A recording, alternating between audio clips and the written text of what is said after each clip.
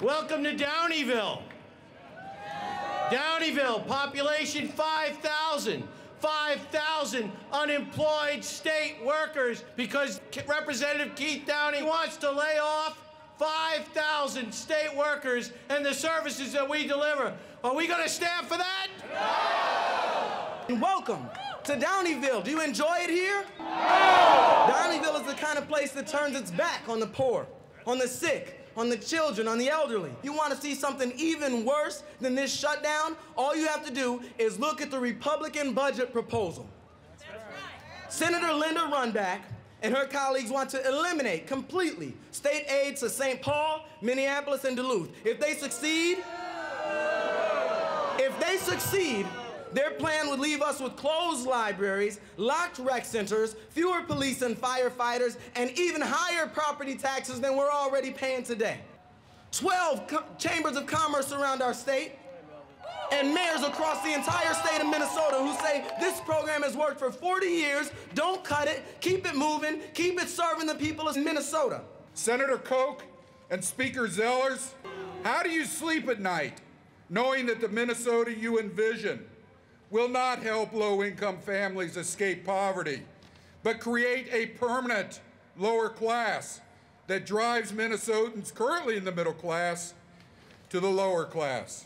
The Republican legislation includes a piece by Senator Hahn, which would effectively kill Minnesota Care and put 140,000 people off of health insurance. There's nothing scarier than not having health insurance.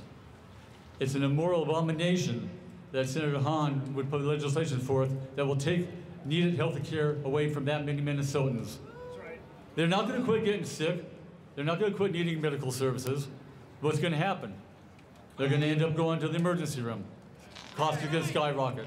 Senator Michelle Fischbach wants to make the deepest cuts to higher education in the entire history of this state.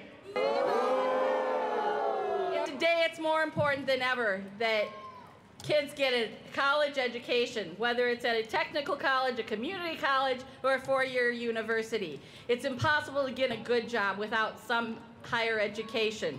Well, welcome to Downeyville. You can't get there on the bus.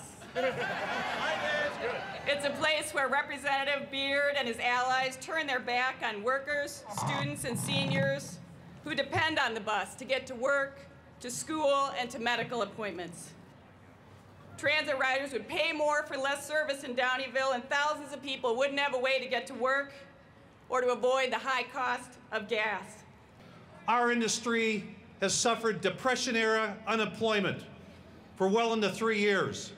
We are starting to come out of that pit. And now those brothers and sisters, those sisters and brothers that work on these roads had to go home again. Is that right? No! We need to get everybody back to the cable, put us back to work, put the construction workers back to work, give us a bonding bill. We want to work, right?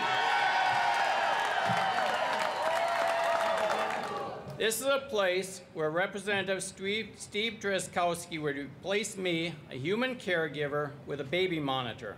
I work directly for and with human beings, Minnesota citizens with mental disabilities. I am not tethered to a wall outlet. I don't operate on batteries. An occasional cup of coffee will do. And my clients deserve, as human beings, to be cared for by human beings. Mike Struck was a good friend of mine and a coworker. He was killed in the line of duty at age 39, and all his family gets is a lousy $191 per month. He gave his life to keep the rest of us safe. But Senator Perry doesn't care about keeping the Struck family safe. He led the charge to kill legislation proposed by Governor Dayton to give the Struck family almost $2,000 a month, the same amount that would go to the family of a state patrol officer killed on the job. Governor Dayton's bill was introduced with bipartisan support, yet Senator Perry killed it. I guess that Mike Struck didn't sacrifice enough for Senator Perry and his allies. The Republicans, they're playing games. It's their state version of Survivor. Yep. They want to see how long folks can hold out before things get really out of control. Then they can force their budget down your throats instead of passing a plan that's fair and balanced. Well, that's what they think. But you know what? We won't let Keith Downey and all the others use and abuse working families, will we? No! We won't let that happen. No! Sisters and brothers, we've got to make our voices heard, don't we? You've got to speak out loud and clear. We've got to stand up. We've got to speak out. We've got to stand up. We've got to speak out. We've got to stand up.